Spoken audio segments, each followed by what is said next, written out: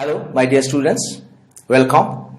On this particular session, we are going to discuss learning, reinforcement, and defense mechanisms. The mechanisms of learning could be simple or complex. The simple mechanisms involve habituation and sensitization. When there is habituation, this slowly goes on decreasing the further response. Whereas, if there is sensitization, this goes on increasing the further response. So that's the difference between habituation and sensitization. The complex mechanisms of learning include classical or respondent conditioning, operant or instrumental conditioning, which is called trial error learning, and the third variant is called modeling. Let's go on to discuss the classical conditioning. The characteristics of classical conditioning are, number one, acquisition, that's acquiring, learning by conditioning. Number two is extinction, is forgetting what was learned if the conditioned stimulus is not followed by the unconditioned stimulus. So after a conditioned stimulus, there always has to be unconditioned stimulus. Then you go on learning, go on acquiring, but if the conditioned stimulus is not followed by the unconditioned stimulus, immediately the forgetting starts, that is called extinction. Next, although it is extincted and you have forgotten what was learned, again, if the conditioned stimulus is followed by an unconditioned stimulus, you can learn it fast. So it's called spontaneous recovery. The next one is stimulus generalization. If the similar stimulus is produced, that is also enough for learning. So that's called stimulus generalization. And the last characteristic of classical conditioning is learned helplessness. This is very important issue, is after the conditioned stimulus, if unconditioned stimulus is followed, and after doing an act you come to know that this is futile, then slowly there is learned helplessness. Learned helplessness is a very important animal model which coincides with a situation of major depressive disorder in human beings. So acquisition, extinction, spontaneous recovery, stimulus generalization, and learned helplessness. These are the important characteristics of classical conditioning. Now we go on to discuss what is trial and error learning, or operant or instrumental conditioning. In this instrumental conditioning, the long-term benefits are obtained by reinforcement. So the learning by reinforcement, mainly by trial and errors, is called operant or instrumental conditioning. The long-term benefits are mainly obtained by positive reinforcement, that is rewarding a desired or good behavior. Extinction is no rewards or attention for unwanted behavior. And a time-out strategy is temporary removal from the social situation after each misbehavior.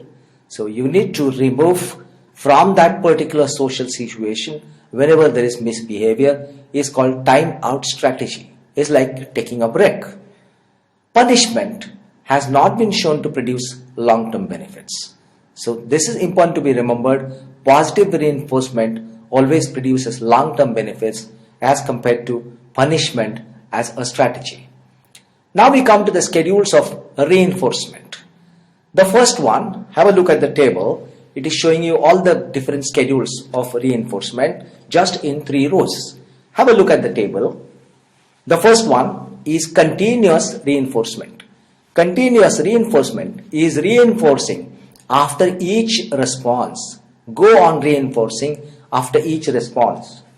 And due to the continuous reinforcement, there is a very fast learning. The problem is, if you stop the reinforcement, extinction or forgetting of the learned behavior is also very fast. The next one, the next row is showing you fixed ratio and fixed interval reinforcement. It means after fixed number or time, you go on reinforcing. This way also the learning is quite fast, but the response gets delayed until the end of time period. Because now you are ascribing a particular reinforcement to a fixed number or fixed time, The person waits for that particular time or number to happen. Until that time, the response is delayed. The next one, the third one, is variable ratio and variable interval type of reinforcement. It's a random reinforcement. The person is not knowing when he is going to be reinforced for a particular behavior. It's just random. So it's called variable ratio and variable interval reinforcement. Now, because it's random reinforcement, naturally the learning is quite slow. You don't expect fast learning. But because you are randomly reinforcing, the need for reinforcement is also minimized, and slowly the person goes on learning the behavior without even reinforcement. So this is highly resistant to extinction. This behavior, which is once learned, is less likely to be forgotten. That's the meaning of highly resistance to extinction. So this is regarding some important schedules of reinforcement, which tells us that if you reinforce after each response, which is called continuous reinforcement, the learning is quite fast. And if you do a variable ratio and variable interval, that is random reinforcement, the learning is going to be slow, but the learning is likely to be near permanent, and it may not need further reinforcement, and it is highly resistant to extinction. It is less likely to be forgotten. Modeling is another mechanism of learning, which is classically called see, do, and teach. This is called observational learning. This is more efficient and faster. For example, medical procedure learning. If you look at a procedure someone else is performing, you learn it very fast. The demonstration of a procedure to a patient before actual procedure to make the patient comfortable is very often used in medical practice, and this is an example of modeling. The only problem with modeling is negative things also may be learned, because this method of observational learning is quite fast. So negative things may be learned is a disadvantage of modeling. Now on this presentation, we are going to discuss a different issue, that's defense mechanisms, which is also called Freudian defense mechanisms. Just before going to the defense mechanisms, we need to know what is id, ego, and superego, and how a defense mechanism comes up. What is id? Id is an instinct. It's urge. I want something. This is an instinct. Ego. Ego is something which is going to link the things to the reality, and which is going to make an actual decision, and which is going to perform. The third word is superego. Superego is a restriction. This is going to force you to accept the restrictions. It's saying that the id wants it, but due to certain situation, it's not possible. So id is on one side is going to say, I want it. Superego on the other side is going to say, no, you can't do it. And ego is the sandwich between the id and the superego, because the ego has to link everything with the reality. And then that is the real reason why a defense mechanism comes up. Id is saying, I want it. Superego says, you cannot have it. And the ego has to balance between these two. So defense mechanism is a tool of ego. It is an unconscious effort to manage the internal conflict between the demands of the id and the restrictions of the superego. So defense mechanism is a sort of way out to balance the instinct and to balance the superego. We go on to discuss various defense mechanisms. Let's have a look at the table. On this one single table, I am showing you all the 4 types of defense mechanisms. Number 1 is called narcissistic defenses. This includes 3 defense mechanisms: projection, denial, and splitting. We're going to discuss them one by one after we complete this table. So narcissistic defenses is projection, denial, and splitting. Narcissistic is a word which signifies that I am right, everyone else is wrong. I don't accept what others are saying. So that's called narcissistic defenses. The next one is immature defenses. These include blocking, regression, somatization, and introjection. Why it's called immature is to balance between the id and superego. You do something which is childish. So it's called immature defenses. It's not a mature mechanism. The next one is anxiety defenses. These defense mechanisms mainly come in the situations of anxiety as an effort to overcome the anxiety. And there are various defense mechanisms, as you can see a big list here. Let's read it. Displacement, repression, isolation of affect, intellectualization, acting out, rationalization, reaction formation, undoing, passive aggressive, and dissociation or depersonalization. There's no need to get scared. We are going to do all these defense mechanisms one by one when we go to the anxiety defenses. I hope you're looking at the table. The last one, the last important defense mechanism is called mature defense mechanisms. These are the most mature defense mechanisms, and they include, number one, very important, is humor. The second one is sublimation, and the third one is suppression. So are you ready to discuss the first one? Yes, let's go for narcissistic defenses. As you look at this table, there are three important narcissistic defense mechanisms. Let's discuss one by one. Number one is called projection. Is seeing the inside into outside. So you believe that you are right, and whatever you do, everyone else has to follow. So I'm calling it seeing inside into outside, and the middle column shows you the characteristic of this particular defense mechanism. So what I have written here is blaming others. So whatever happens, you say, I was not responsible, he did it, she did it, etc., etc. So this type of defense mechanism, projection, is commonly seen in patients with paranoid behavior. The second one is denial. Denial is frankly saying that it is not so. I don't accept. Denial to accept the reality. And this commonly happens when you try to declare the prognosis of death to a patient. The patient says, no, it's not possible. This is not my report, for example. So that's denial. Denial is a commonly seen defense mechanism in patients with substance abuse. The next one is splitting, and splitting is classically defined as good versus evil. So it is always in the form of yes and no's, as if the world is composed of opposites. You see someone, you say this person is good, good, good, everything good about that person. Or otherwise you make an opposite opinion. This is called splitting, and this is seen in patients with borderline personality disorders. So that's about narcissistic defenses, projection, denial, and splitting. Next, we go to the immature defense mechanisms. Number one is blocking. There's a transient block in the speech or memory. You're saying something and you are suddenly blocked.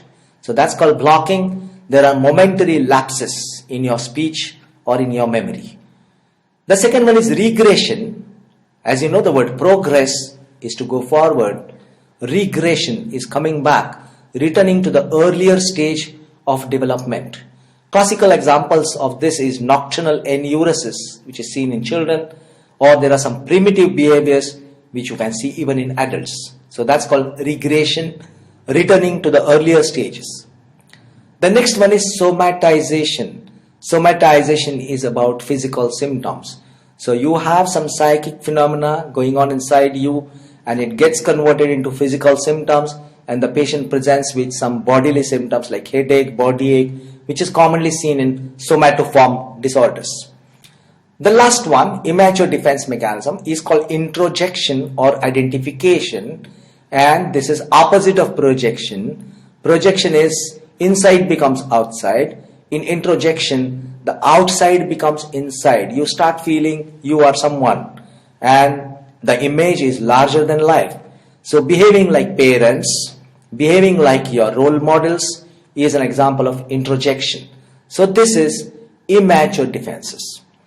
I take you now to the next slide, next 3 slides in fact, to discuss the anxiety defenses. I hope you remember the first table in which there were many defense mechanisms under anxiety defenses. So we do them one by one. Number one is displacement. Is the emotion or drive is same, but you change the target. There is a certain situation when you cannot shout at your boss, then you shout at your lower officer.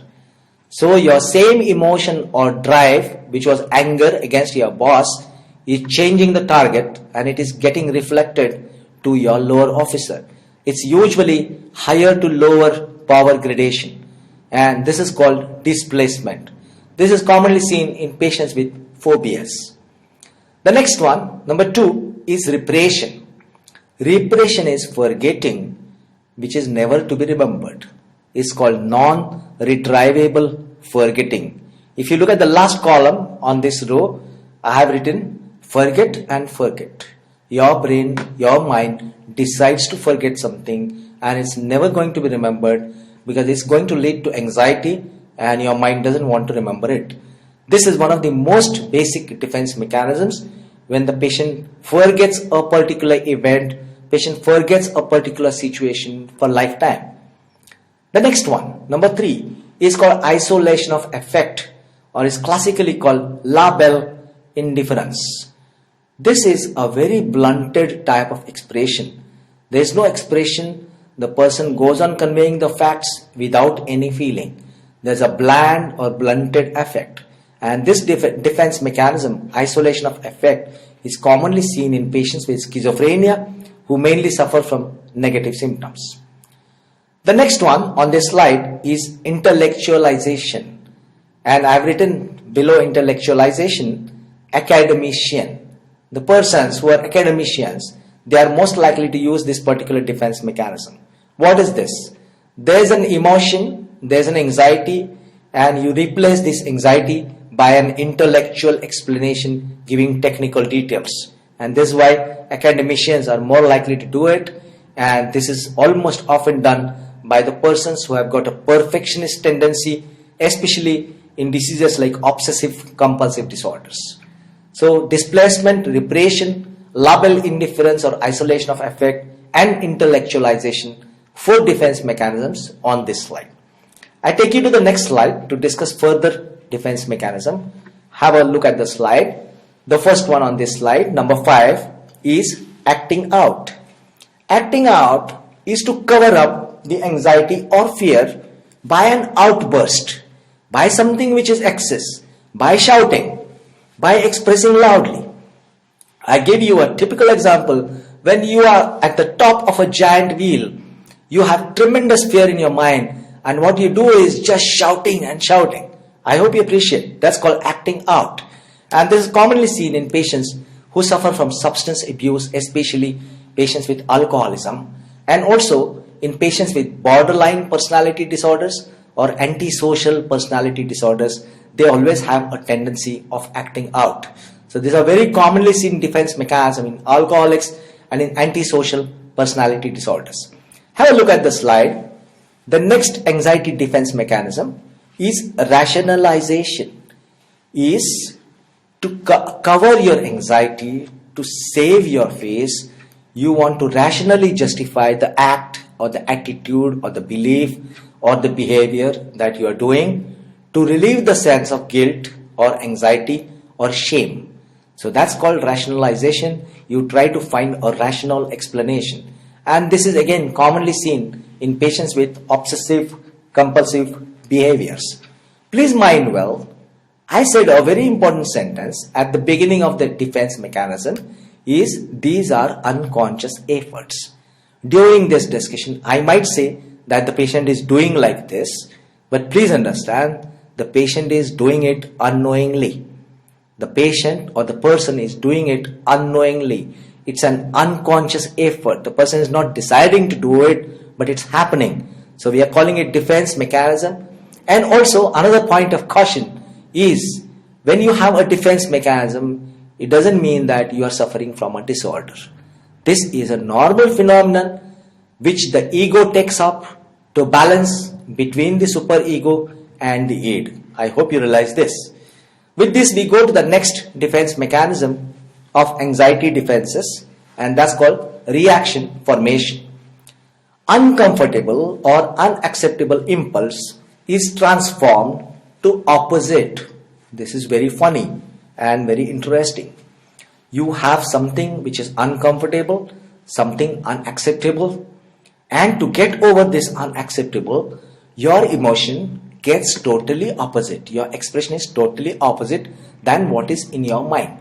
A very typical example is love is expressed as hatred, and that's called reaction formation. This commonly happens in patients suffering from anxiety disorders. So on this slide, anxiety defenses, slide number 2, acting out, rationalization and reaction formation. Let's go to the next slide. That's the anxiety defenses, third slide, to discuss 3 more defense mechanisms. The first one is undoing. What is undoing? Whatever you did before, you want to revert it. You want to change, which is really speaking not possible. But it is an effort to fix or to repair whatever you did early or whatever situation came to you. So it is a symbolic expression of reversing the unacceptable. And this is commonly seen in patients with obsessive compulsive disorder. For example, a person keeps on washing the hands repeatedly over a long period of time, and maybe 10 times, 20 times, 30 times, washing the hands, checking the hands if the hands are clean, and again doing it. This is not really washing the hands. This is a symbolic expression of trying to reverse something which has happened in past and which cannot be fixed. Or for example, checking the gas stoves or the gas burners or checking the electric switch points again and again is a symbolic expression, and that's why it is called undoing. The next defense mechanism is passive aggressive, which is also called passive hostility.